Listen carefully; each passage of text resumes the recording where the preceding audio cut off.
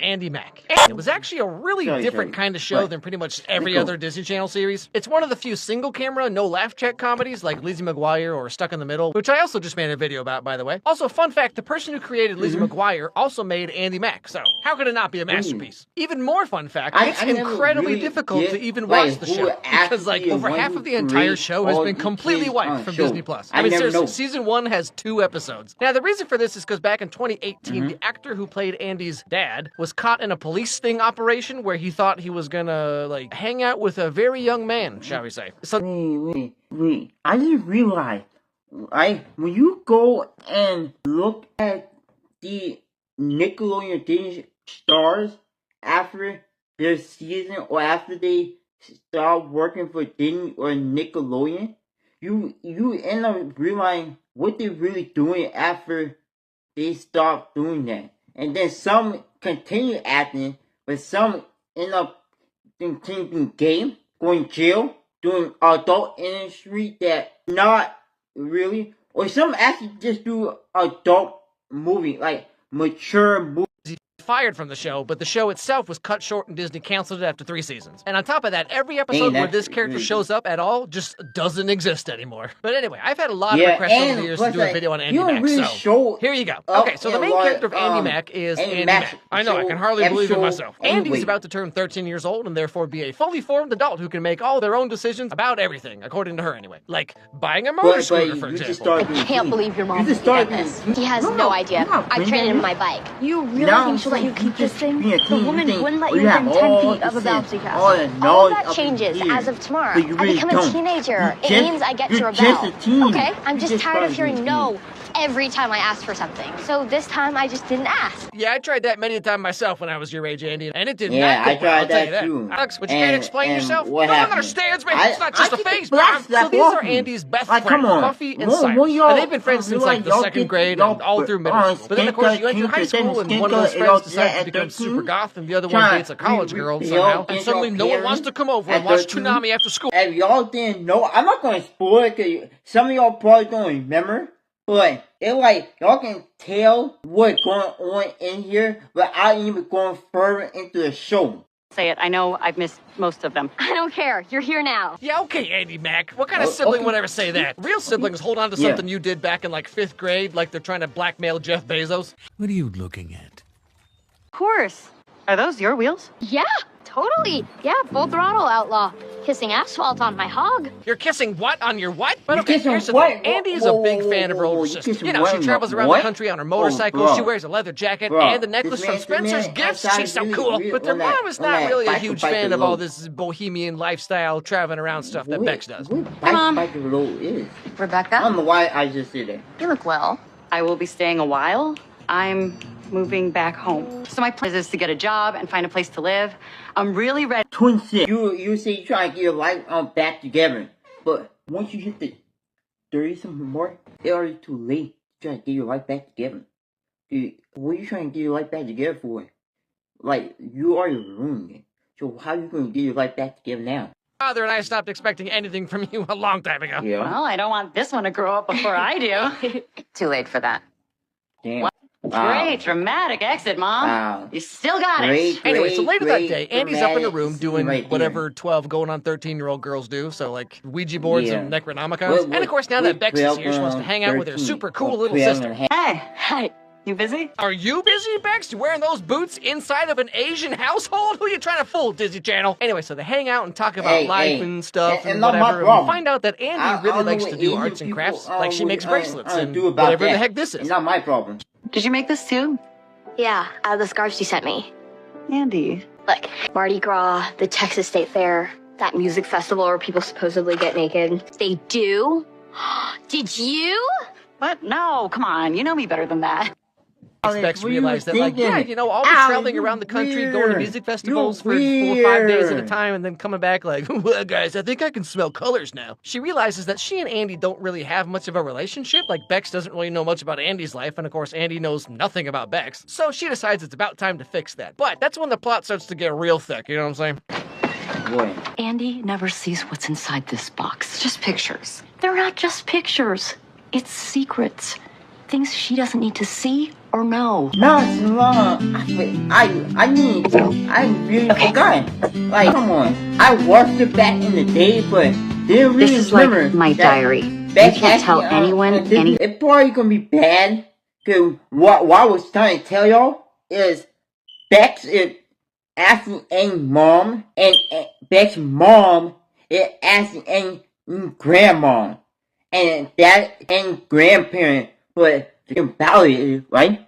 Bex was trying to keep his breath shallow and weak. You know what I want, he whispered. Bowser grinned. It's not a Say it. boom. Shrek leaned in closer, his breath dancing in Bowser's ear. The Fatness Gram Pacer test is a... Inside this box is pictures of all Bex's ex-boyfriends, and they start gossiping about them the way girls do, you know, they like talk about their forearms for some reason. And while this is happening, Bex gets a little glimpse into Andy's life. You know what?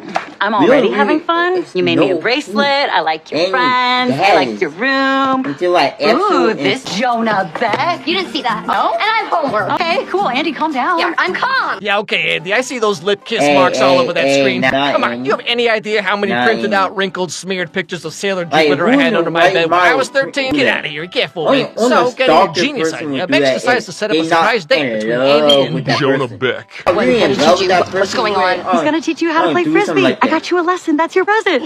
Yeah. No. Hi, you're Jonah? Yep. I'm Bex, and this is your student, Andy. Dude, I know you. You go to Jefferson, right? Some people never forget a face. I never forget a foot. What?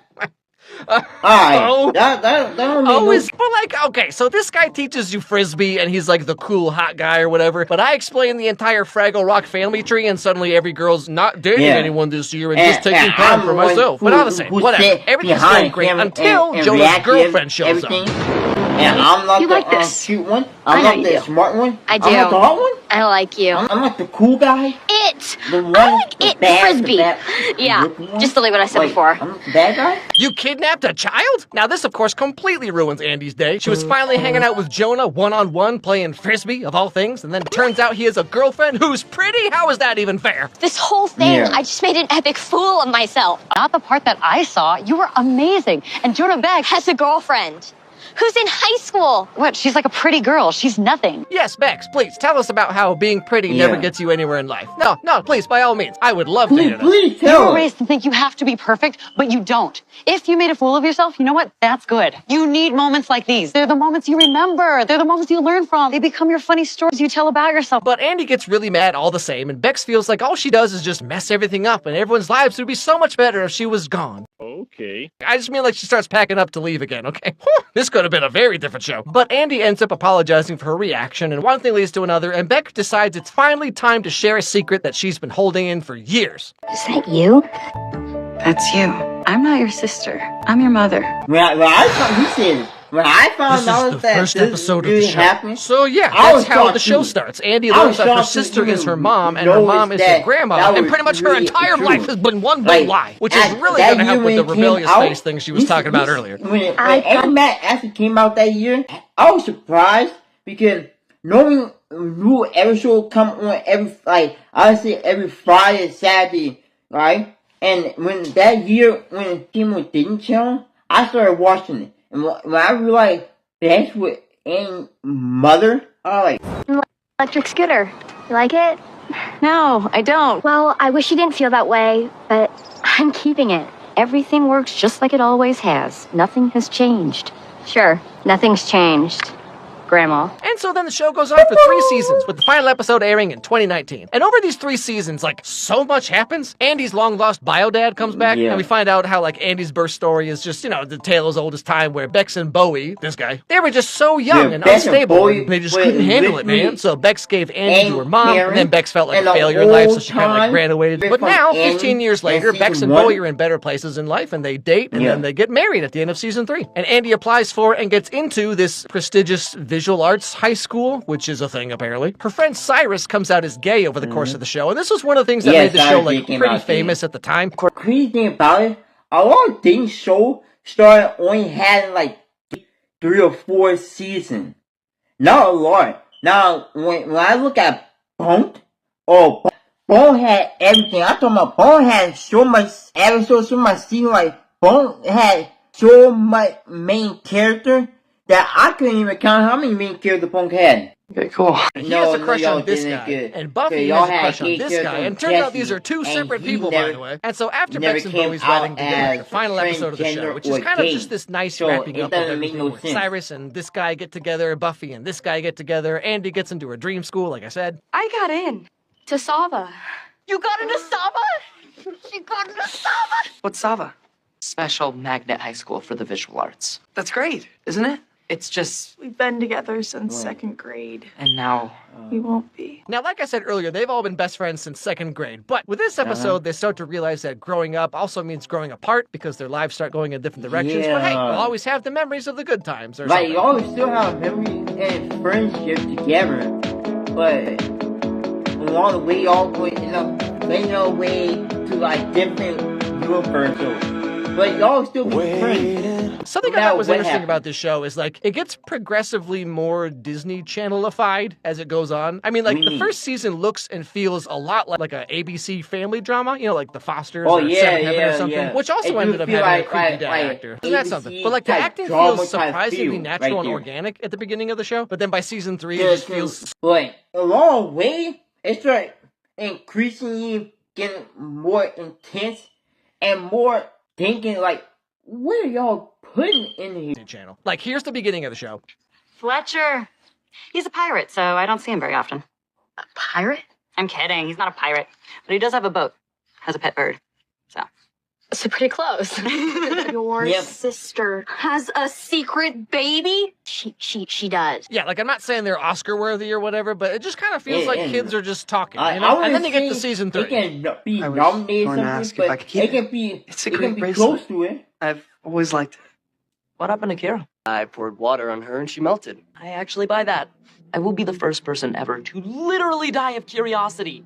Like, I don't really know how to fully explain it properly, but like, as they got older, it kind of feels like the actors were maybe thinking a little too much about how to act. You know what I mean? It's just like, by the end of the show, it feels so... And Luca, all during this time, everyone loves Turning Red, but like, no one remembers anything about any of these other ones, like, at all. And I was thinking about how, like, maybe these movies didn't get a fair shake. It was a weird time, you know? Like, every single commercial was like, hey guys, life's real crazy right now, but we're all in this together, so like, buy a new car or something or whatever. But I was saying, Luca came out in 21. It got good reviews, people liked it well enough, but like I said, it was just so ephemeral. And so looking at some summer movies to make videos about, I wanted to go back and check out Luca. So come along, kids, let's take a walk. Oh, stop! Did y'all forget to follow me on Instagram and subscribe? Wait, whoa.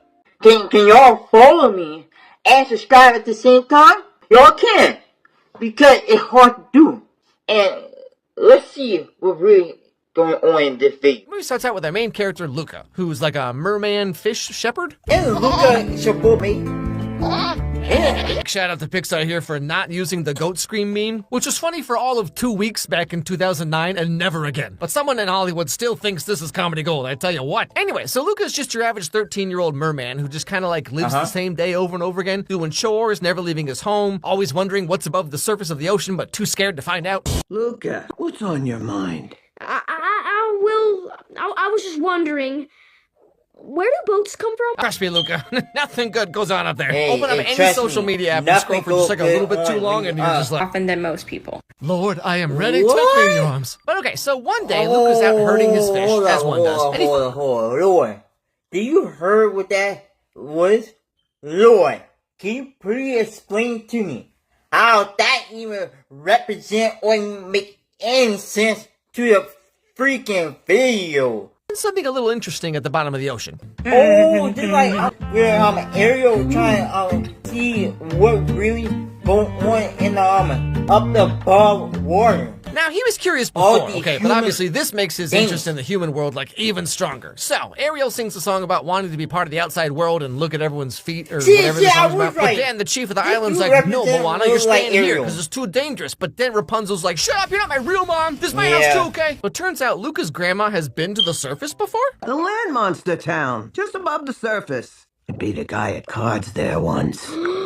What are you doing? He's old enough to hear about it. You've been to the surface and done the change. Tell you what really going on. But okay, so one day, probably the next day, I assume, Luca's out doing whatever he does, and then something a little weird happens.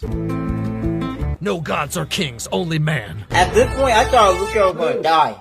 I thought he was gonna die at that It's point. fine. I'm not human. So this little dude is Alberto, and he loves to swim around and gathering up all the human garbage he can find. Asmongold, and then just takes it all up to the surface? Yeah, he take it out to the surface like a normal person. Now, this don't represent Ariel, if Ariel try to go to the surface, she won't be able to like transform into a human. But when Luca go to the surface, Luca, you're human now. Don't. Anyway, turns out Alberto's just like some orphan mermaid kid who just like hangs out all day. It's very like Ghibli-esque kind of place. Really, this whole movie has some great Ghibli vibes, which was intentional apparently. And like it really sets this movie apart. Like it gives it such a cozy kind of feeling that I don't think any other Pixar movie has. But okay, so the next chunk of the movie is just about like Luca and Alberto being friends, and Alberto's teaching him all about how to be human. You know, like how to walk. Wait, it feels like it's still there. Yeah, that's called Phantom Tail. You'll get used to it. Right. Walking. Don't worry, you're in luck. I basically invented it. And most importantly, how to ride a Vespa. Now this is a huge pivotal plot point here because for some reason, Alberto and Luca are just real set on living out their Lizzie McGuire movie dreams, you know, getting their own Vespa and just kind of hey-nowing their way all over Italy. Nay, the world. Okay. What's that? It's just the greatest thing that humans ever made. The Vespa. Whoa. You just sit on it, and it takes you anywhere you want to go. In the whole stinking world. Vespa is freedom. Now, this whole idea is very appealing to Luca because he spent his whole life herding fish to and fro, but also his parents have started to catch on to his little shenanigans. And like, Luca never actually experienced the world or experienced the human world because his parents always think that human are bad people and that human will only care about themselves and harm them. That's all the parents do. That's why they try like not let the grandma tell Luca what the actual surface is. The world is a very dangerous place, Luca. And if I have to send you to the bottom of the ocean to keep you safe, so be it. You don't know what it's like up there. I know you. And I know what's best for you. You know, few things are more frustrating than parents who like think they know you, but like they literally don't. Now, Luca's parents are done letting their son be raised by TikTok and video games. Alright, so they call him the dad's brother, aka Luca's uncle, because that's how that works. And this guy knows a thing or two about troubled teens, okay? Not like the deep. Sure, there's no sunlight, but there's nothing to see anyway. Only the whale carcass you can eat. You can't see it, so if the mouth opened, the whale carcass go in. Yes. You ever teeth? So the plan is to send Luca away with his uncle to the depths of the ocean so he can spend the summer in darkness. But so now especially, Luca wants that Vespa to ride around with Alberto all day, every day, doing cool human stuff like being on hold with the DMV for 4 hours and then they tell you have to come in person. So then you go there and you wait another 2.5 hours and then the girl behind the... It's better to be a mermaid than doing the human stuff. Human life is boring as fuck. I've been on hold with DMV for how long? You gotta listen to their stinking damn music. Then you gotta go and wait to get your license. Then you gotta try to figure out how you're going to survive. Then you gotta get a job. Like, I wish I could just live as a mermaid and don't have to worry about all this and this. Is like, hey, did you know that you can do all this over the phone instead? Why didn't I think of that? So they head into the local town of Porto Rosso to find Signor Vespa and get their complimentary Vespa from the Teen Coming of Age movie factory. Ride of Porto Rosso coming through! Ciao, Belen. You're making me blush.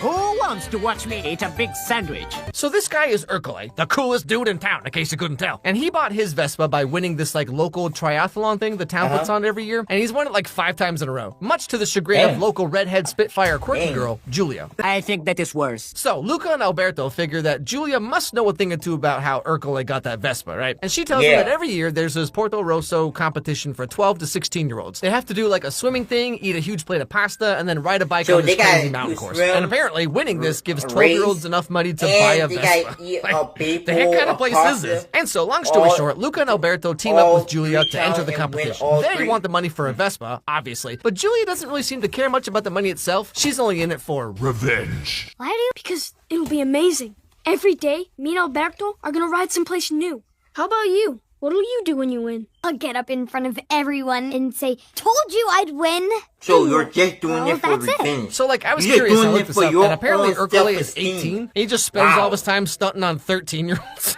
Like, What a guy. And so our three main characters train and practice. Julia's gonna swim, Luca's gonna do the bike part, and Alberto has the very difficult task of eating pasta. Now, during all this training, Luca, Alberto, and Julia are quickly becoming friends, and Luca gets really interested in this weird thing called school. This is how machines fly? See? And they're big towns called cities, and we're all on a big round rock, floating around a star in the solar system. So cool, right? And is there anything beyond the solar system? I don't know. But next year, in advanced astronomy, I'm going to use my school's telescope. But Alberto's starting to become a little jealous of Luca and Julia's friendship because Luca is his friend, okay? And here comes some girl with, like, hair and stuff, and her comically deep knowledge of space, trains, and dinosaurs, and she's like, available. And then by Luca, I mean me, and by Julia, I mean every girl I've ever dated. But, like, Alberto just wants to ride the Vespa around the world together, you know? And Luca's over here talking about going to school like a nerd. Julia says there's an even bigger one at her school. The whole reason we're getting a Vespa is to live on our own. We don't need school. We don't need anybody. Couldn't we just try it? Just for a few days? Luca, sea monsters can't go to school. Now, this kind of erupts into something a lot bigger than any of them intended when Alberto tries to ruin Luca and Julia's friendship by exposing himself to Julia. Wait, no, hold on. Let's try that one again. So you're telling me that you by expose yourself so he can stop being friends with her? How selfish do you gotta be to do something like that? Him as mermen to Julia. Help! Don't hurt us! See? I knew this would happen. Monster! Luca, my dude, what the heck? I was on your side. Why'd you have to go and do that? Slight tangent here, but I do appreciate that they let Luca, like, make mistakes and kind of be bad or whatever. Like, so many modern movies, they're so afraid of having their main characters, like, be an imperfect human who gets caught up in their emotions. That's one thing about the Disney live-action remakes that always kind of annoys me, is, like, the main characters are always just these, like, perfect beacons of justice, and, like, they never do or say, hey, you know, same thing happened to me back in middle school when my parents found my fake out-of-town girlfriend who totally lives in Canada. They weren't mad. They just cried for a really long time. But so, they end up going to the surface to look for Luca, trying to figure out which human kid is theirs. You know how it is. Hey guys, can I play too? Oh, sorry, I'm excellent. Frangela, get the ball! This mom just murders like 17 kids. Anyway, so the end of the movie, Luca and Julia end up doing the competition separately because, understandably, Alberto has run off to be alone forever. Luca uses Alberto's scuba suit from earlier so as not to turn back into a fish man. They both eat their respective absurdly large bowl of pasta, and then it's time for the bicycle part. Except it starts to rain, and as we saw earlier, when they touch water, they turn back into mermen, right? So what is he gonna do? Just stay right there! Alberto! I'm coming for you! Afraid of a little rain? Hey! Huh? For the last time, you two don't belong here. Get out of my town!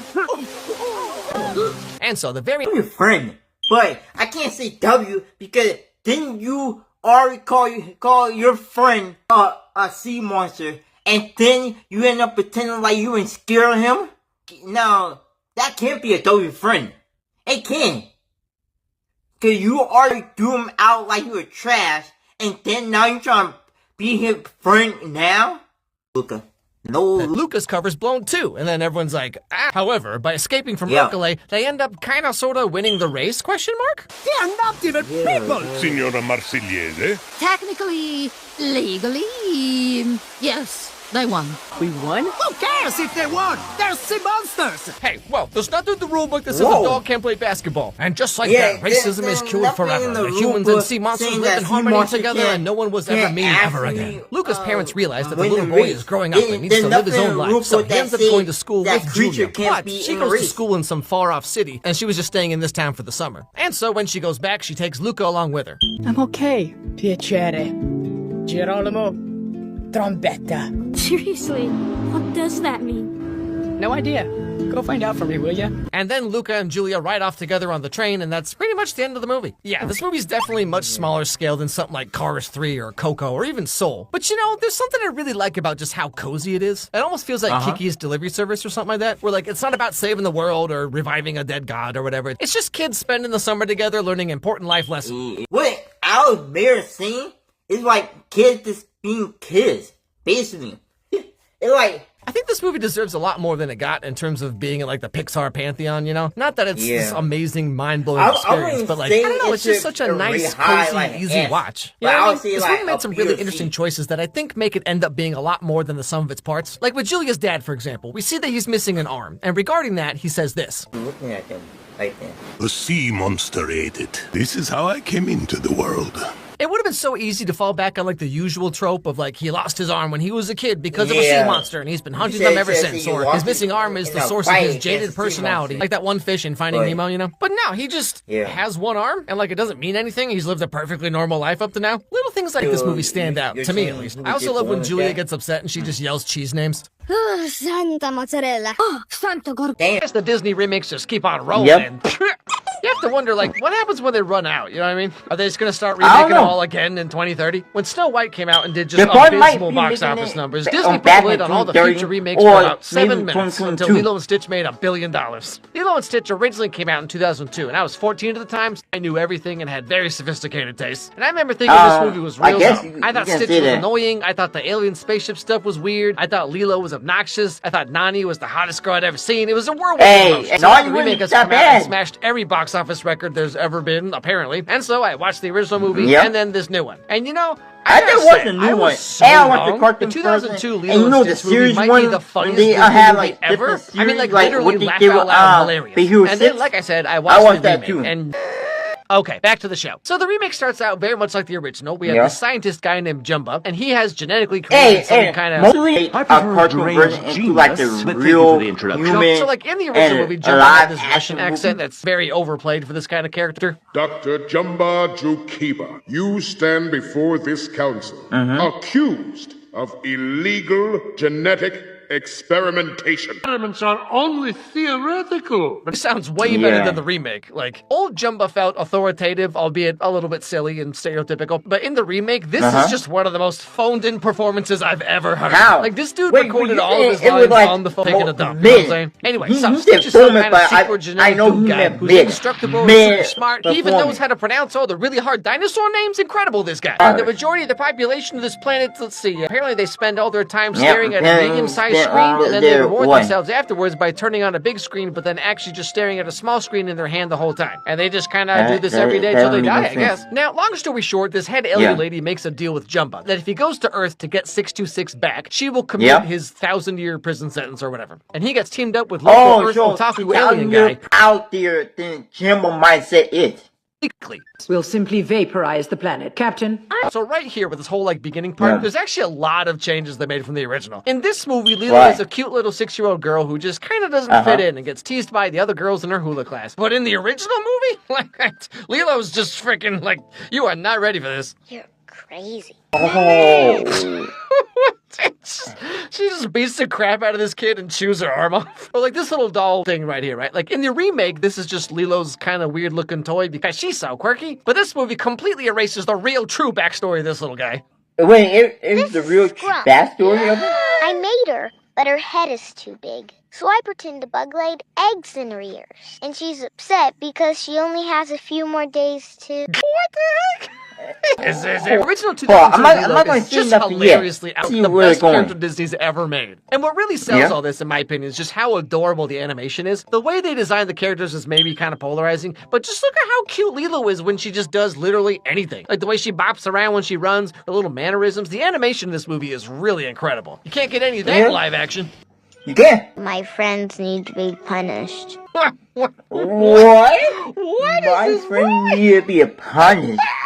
You know what she reminds me of is like the little star from the Mario movie? In an insane world, it is the same who's called crazy.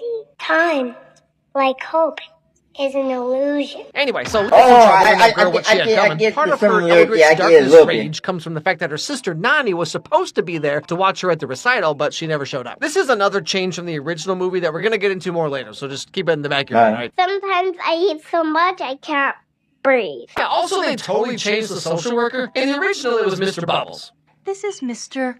Bubbles. Nice to meet you. You're not going to say Cobra. So that's why. Normally the social worker is supposed to be... You don't look like a social worker. We talked about this change before the movie came out, and they said the stakes of Lilo is that she's going to be separated from her sister. Then you need a person who actually services those stakes in a credible way. Fletcher Camp says. So like... I mean, What? we still have the aliens How? and Stitch What? and all of this, but a large black man being a social worker is just too far? Is that not the entire point of this character? If I make sure that she's like the good kind of weird and not the bad kind of weird that's like really annoying or whatever, because there's only room in this friendship for one annoying drama queen, and that's me. Now, in the original movie, Nani hears Lilo wishing for a friend, which is why they go to the dog shelter the next day. But in the remake, Lilo goes to the shelter just like on her own because she feels like it, and Nani is upset by this, which feels so weirdly incongruent, because like in the original, you know, it's like, right?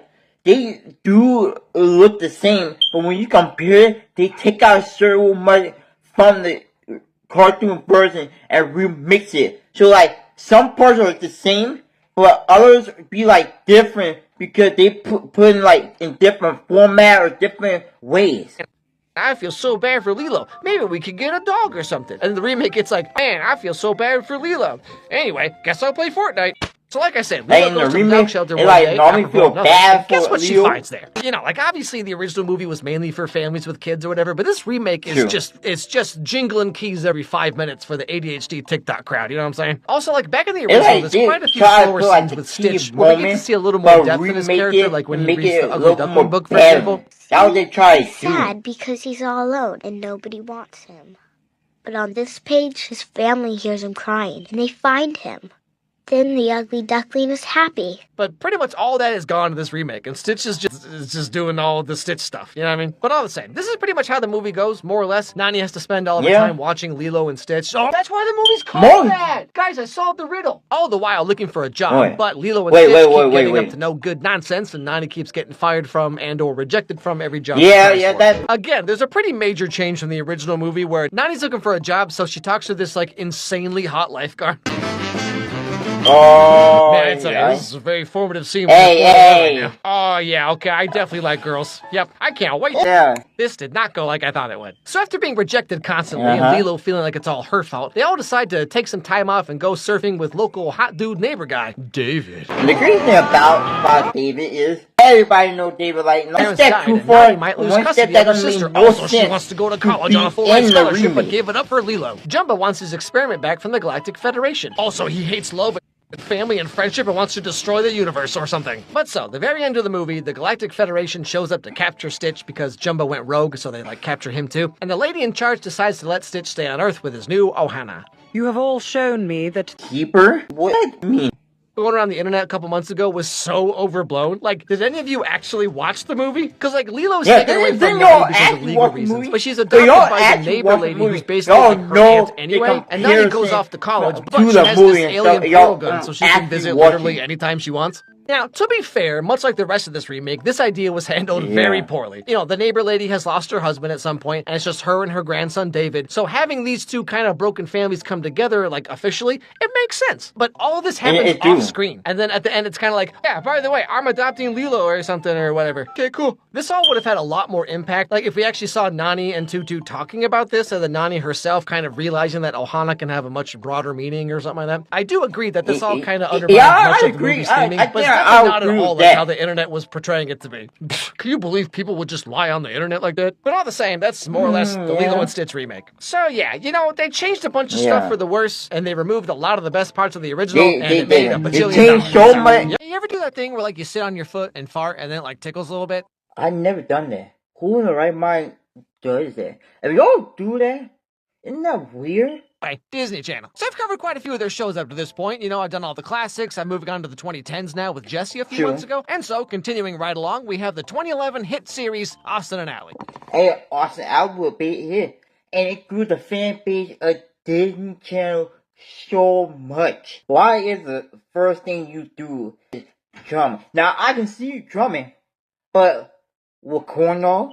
You know how disgusting that is? Did you not see the please do not play the drum sign? I think she's saying that because she didn't want no one touching the instrument. But isn't you a music store? Isn't people job? Not job, but isn't the customer job to like touch the instrument and see which one they want to play? It's okay. I'm an awesome drummer. Wait, hold on a second. Wait, so this dude just walks in and picks up his coin dogs that was just sitting there apparently. And then one of them flies out of his hand here because he's playing the cymbal, and then it's just back again? Wait, I didn't even picture that. Like, I like Austin Ally, but I didn't even realize that the corn dog broke off the stick and then come back on the emotional, damn it! Magic corn dog pockets. That's one magic Are those potion. corn dogs? Ew. You had time to get the corn dog. Cause there's no way that the corn dog was just there. He had to have the corn dog magic in his pocket somewhere, and then he pulled him out like it was nothing. Chums aren't how unhealthy corn dogs are, and there's no food allowed in here. I'll handle this, Austin. Ma'am, we are making... Wait, this is like back when I was in algebra 2, and then like some girl would come up and be like, "Hey, did you get the assignment done last night?" And what I meant to say was, "Why, yes, I just so happen to have it." Hey, you talking about when you change your voice, get a beautiful girl coming, and you like, "Alright, man, I mean, it is that." And like, bro, why you didn't just use your regular voice? Why you gotta change your voice? You little man, you. But anyway, so this is Austin, your typical high school guy, musician guy, who, between his case of malignant bedhead and the fact that... Typical high school guy, musician guy, dude who just know how to play anything. I'm talking about, if you have a friend who know how to play any instrument and sing at the same time, it's insane. Knows like 5 chords on the guitar, will no doubt sail on through the dating world completely unscathed. And then we have Allie, who also loves music, but she's shy. And then of course there's Austin's friend Des, who just kind of does this. Well, I can play a harmonica through a sousaphone. Yeah, the person who they know how to do certain things, but he's saying Anyway, like I said, Allie's really talented and wants to be a singer-songwriter, but she's worried about what people might think because obviously trying is for losers.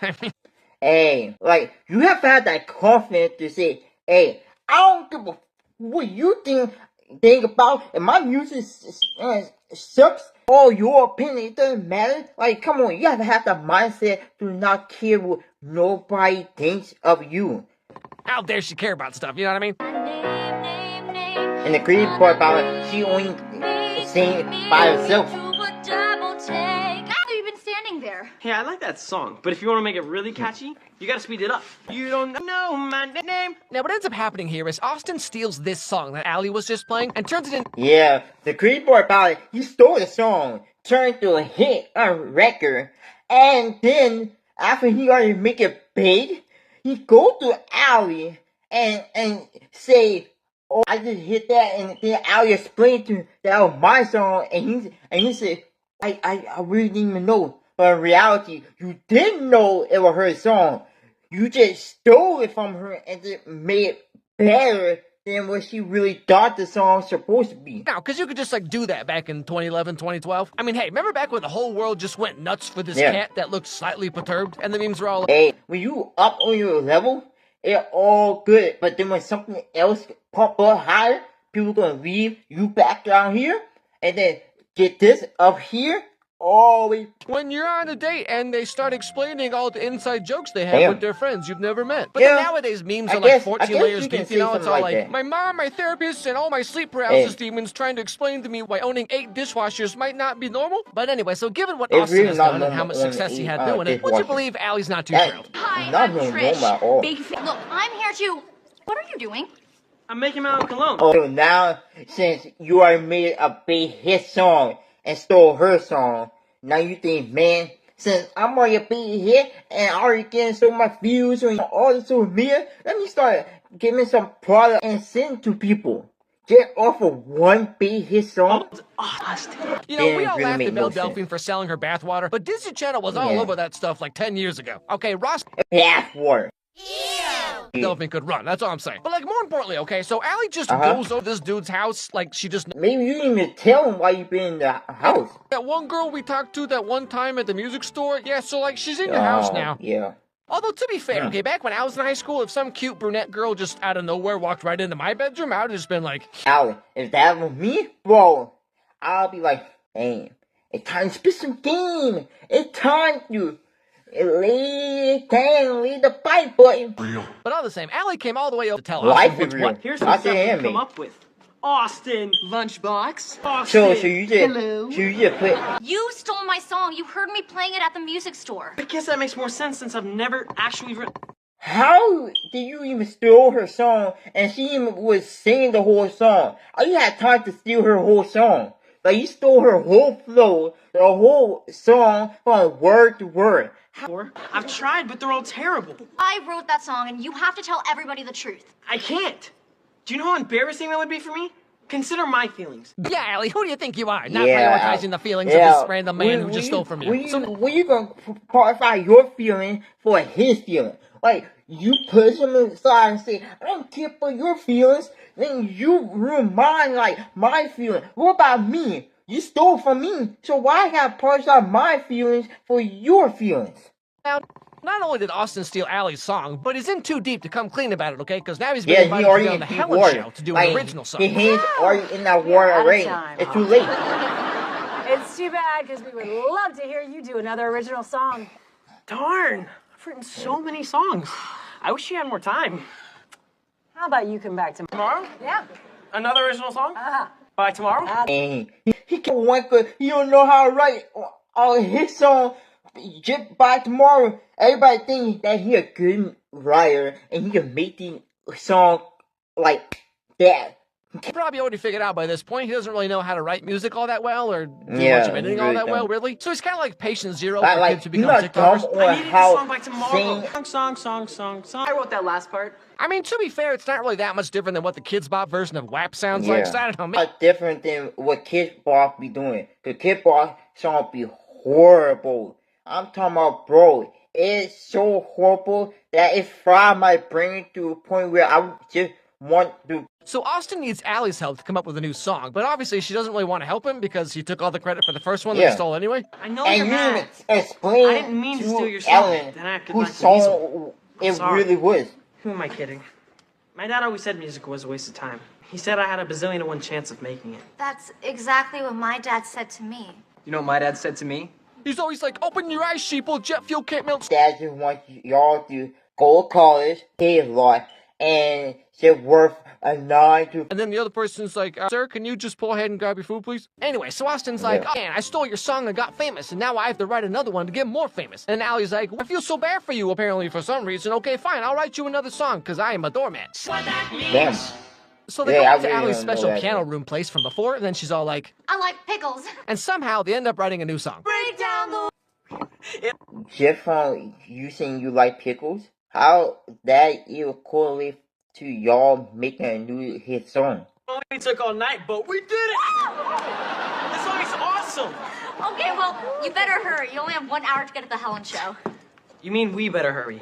I want you to be there with me. Wait, hold on a second. What is the audience awing for right now? The fact that he's giving Allie proper credit for the work she just did? Golly gee, what a swell guy. Anyway, so then they go on the Helen Show and perform their new song with no mishaps whatsoever. Nothing goes wrong, everything's perfectly fine. See, it took Allie later in the show to actually have confidence to actually sing or be up in front of people. You know, this is pretty much how it feels when I'm trying to salvage a first date, you know, when they're all like... Happen when a lot of people try on salvage a first date. When it comes to a first date, you end up crashing out, just like what Allie did. Because you want to look like this. Tell me something about yourself. And then you cut to like 45 minutes later, I'm on part 4 of 7 of my TED Talk on why Legend of Korra is actually better than the original Avatar series. But all... From one, I'll be like, not 45 minutes, but I'll be like 50 minutes in talking about how Naruto is the best show, how Demon Slayer and Naruto can lie. I'll be talking about anime straight point down, and it'll probably be like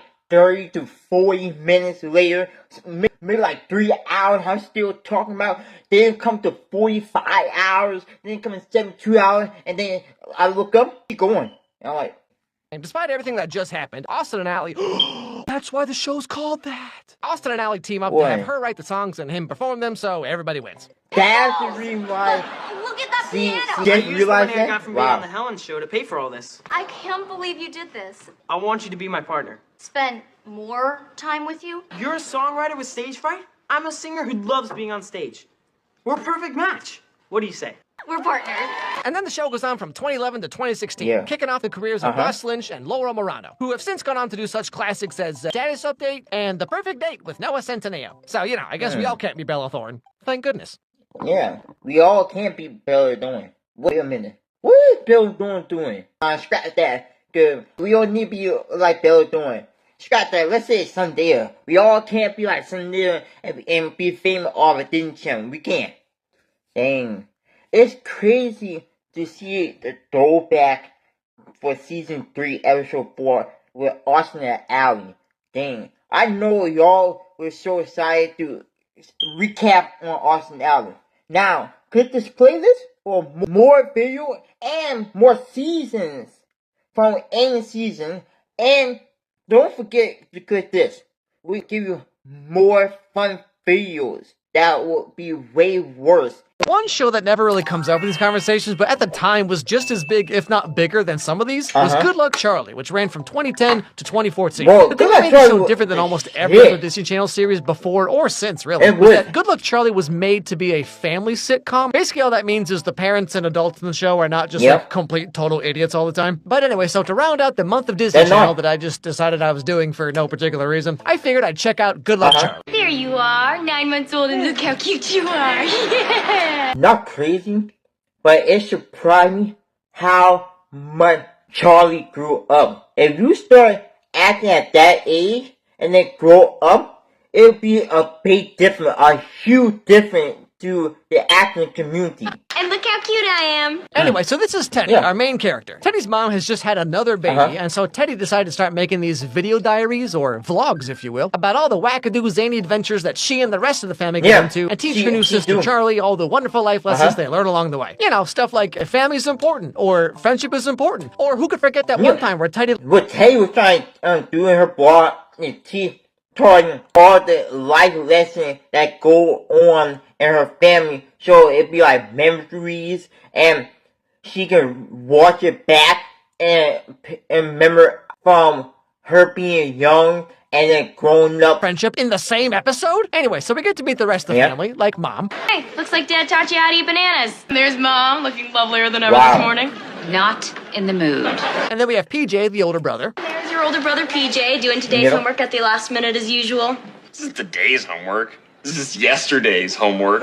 There's a chance you two will be in high school together. Okay, that was pretty funny. Not gonna lie. And then we have their dad, who runs his own pest control business, and that's the entire family. So, now you met the whole family. We're getting somebody? One, how baby can be a surprise.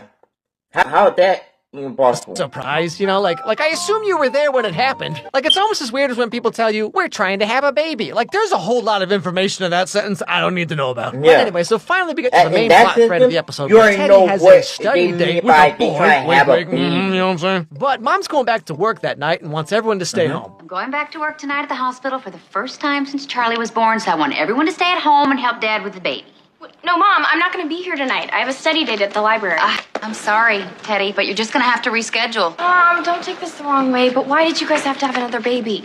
Well, because 3 kids was just too easy. 3's for quitters. I mean, you do realize you brought this on yourself, right? There's like a million ways you could have avoided all of this. So anyway, the mom goes off to work that night, and everyone's home watching Charlie. Now, because of this, Teddy can't have her study date at the library like she was supposed to, so she does the next best thing. I'll get it. Nobody else get it. In the space. If Teddy's on a date with Matt Pat, well, I, for one, cannot wait to hear about Freddy's for the next 3 hours. Teddy's dad. I'm confused nice to meet you, sir. Who Matt Pat. For our biology test tomorrow. Yeah, I bet you are. Anyway, so after kicking everyone out of the living room so they can... Hey, when your daughter tell you that they might have a study date, it's not just a study date. They're not just having a study date. Like, first of all, what you're not gonna do. Teddy and Spencer sit down and have the most wonderfully awkward... Wait a second. Is this dude wearing a sweater vest over a t-shirt? And like, you invited this guy over on purpose? Oh, man, I left my book at school. Really? It's okay, we can just Come share on, mine. Teddy. You could find somebody different. Oh yeah, I might have one. No, they're trying to get in the action. Me too. No. This dude did not just make the hot guy TikTok face right now. Dressed like this. No, abort mission, Teddy. Cellular respiration. How you even get in this type of situation with him? And he's wearing loafers with a sweater vest? Is this dude 85? No, you don't get to dress like this and also be like, hey, look at how thick my neck is. Want to see my cool Adam's apple? Anyway, so as you may have guessed... You thought Teddy was gonna fall for that? You really thought if you wear a loafer with the vest over the shirt that she was gonna fall for it? Dad's coming down the stairs and then slips and almost just like drop kicks the baby across the room.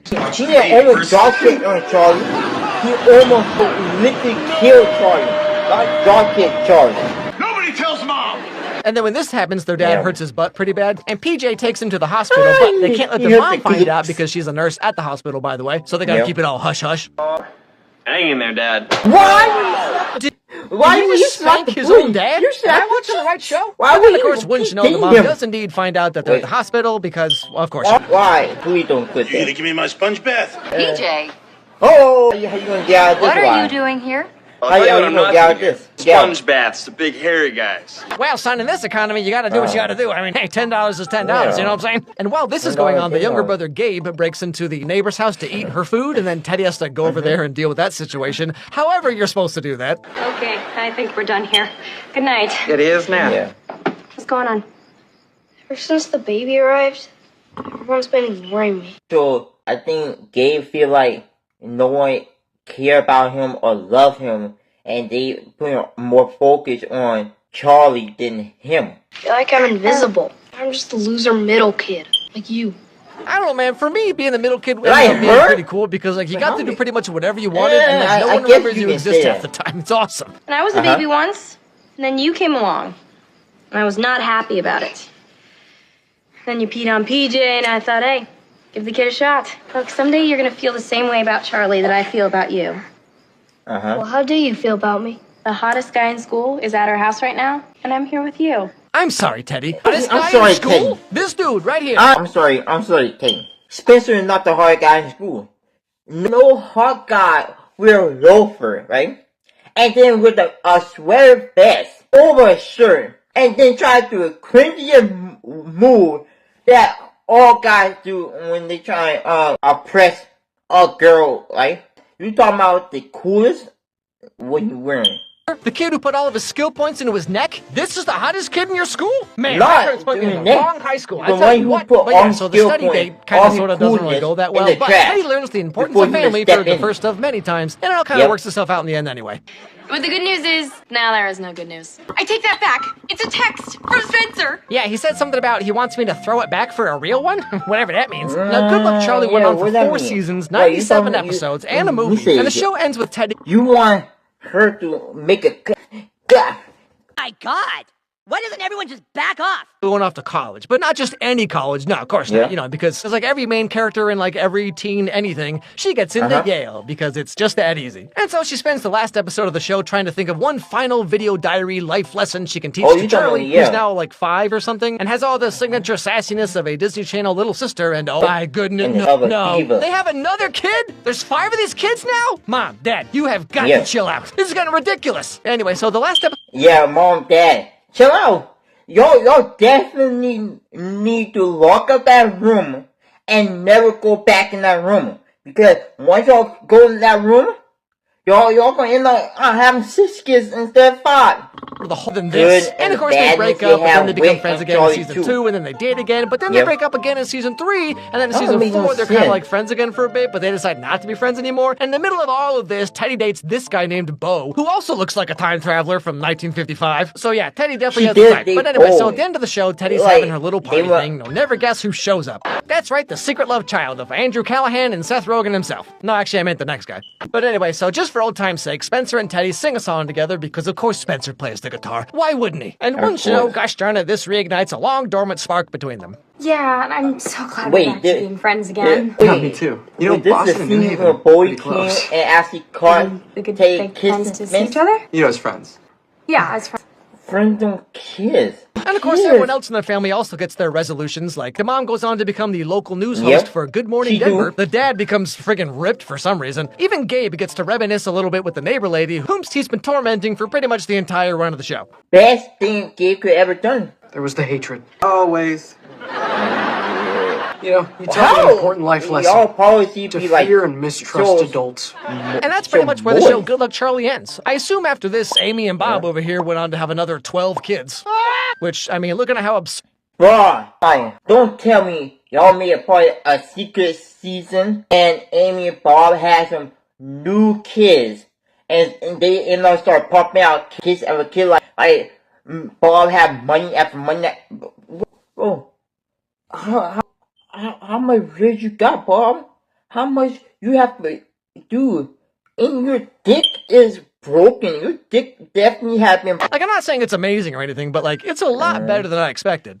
You know, like Yeah, I said in a the lot video, better this show than was what contemporary it with normally a lot would. of the other like And major the- popular like ones, Charlie like, you know, like I said, Hannah was Montana, so Wizards of cute. Waverly Place, And not like Jesse, like a cute, lot of these but big ones. like, This show was you basically would either not they started at the same time or watch like it like Good Luck Charlie Charlie at all. started when the other ones were kind of in the middle of their run. So it was contemporaneous with it, but for whatever Disney reason, Channel. it just like hasn't come back around in like the popular internet memes like Geist or whatever. I will say, of all the Disney Channel shows that I've made videos about, which is, I mean, many at this point, at least 10 maybe, I don't know, like a lot. I think it holds up among the best. Like, you go back and you watch, like, Sweet Life and you watch, you know, Wizards of Waverly Place and especially, like, Hannah Montana and stuff, and it's like, I don't know, man, like, it really doesn't hold up as well as you remember back when you were, like, 12, you know? It's a lot funnier than I thought it was going to be, for sure. And it kind of presents things in a slightly more mature way. Not that it's a mature show by any means. Don't get the wrong idea. It's definitely held up a lot better than some of the other shows, but it's just not in the same vein. I don't know, like, kind of like what I said in the Jesse video. Like, Jesse was also a lot funnier and